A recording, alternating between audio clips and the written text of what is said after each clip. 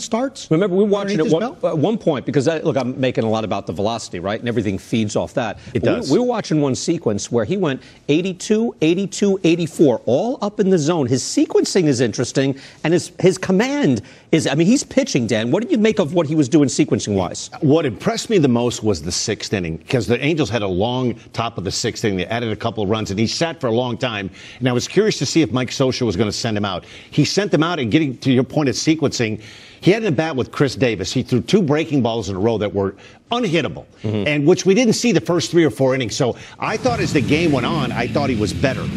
I guess if you want to break down and look at this guy in his first start, if you're looking at velo, it's hard to top this.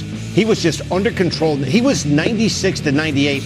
This was 98, and it's smooth and it's under control. How about this one?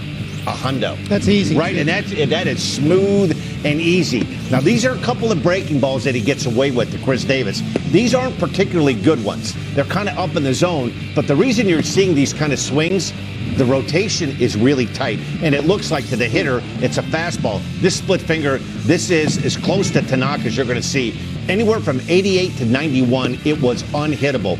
Late life, moving, and then here's a sequence. This is the one breaking ball I'm sure he'd like to have back.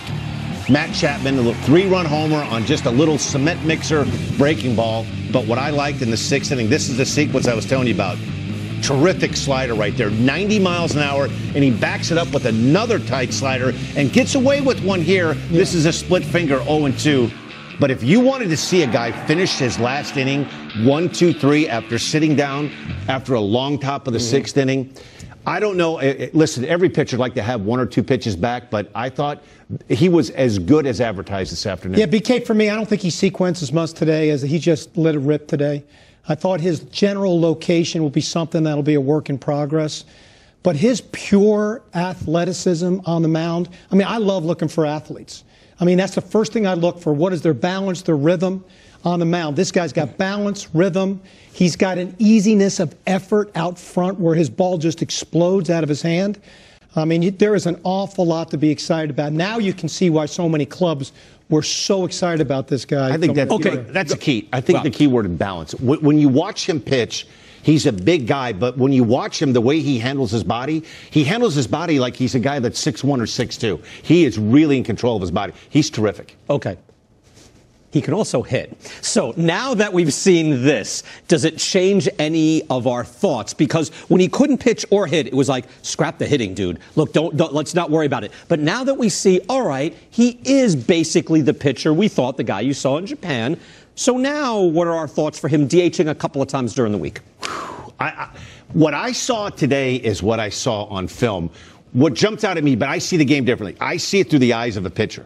And what I see from this guy, I drool. I mean, this guy is what they look like. The way he throws his arm action. What about the hitting? Can he hit a couple of times a week? Would you want that?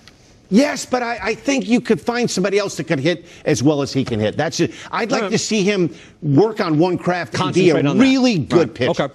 I think he has a shot to be an ace. He could be a number 1. Okay. To me, he's a 3. He has a chance to be a 1, but I think he's going to need to focus on his craft to be a true number 1.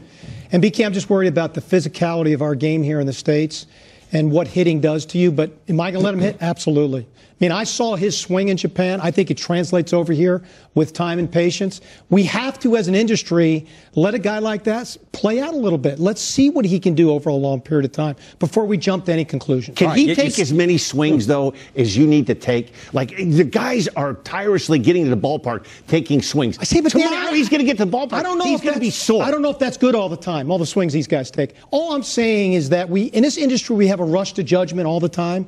Let this guy get 100 plate appearances underneath his belt, 150, and let's see where we are at that point. I hope he fouls one off his foot or something and he can't swing the bat for a week. No, this guy has a chance to be, Brian, but you're saying he can't is do number that. 1 potential and on I'm the just mound. saying, you're saying he can't do that if he hits. I'm saying is that how do we know until we let someone try to let that happen? It's a good point.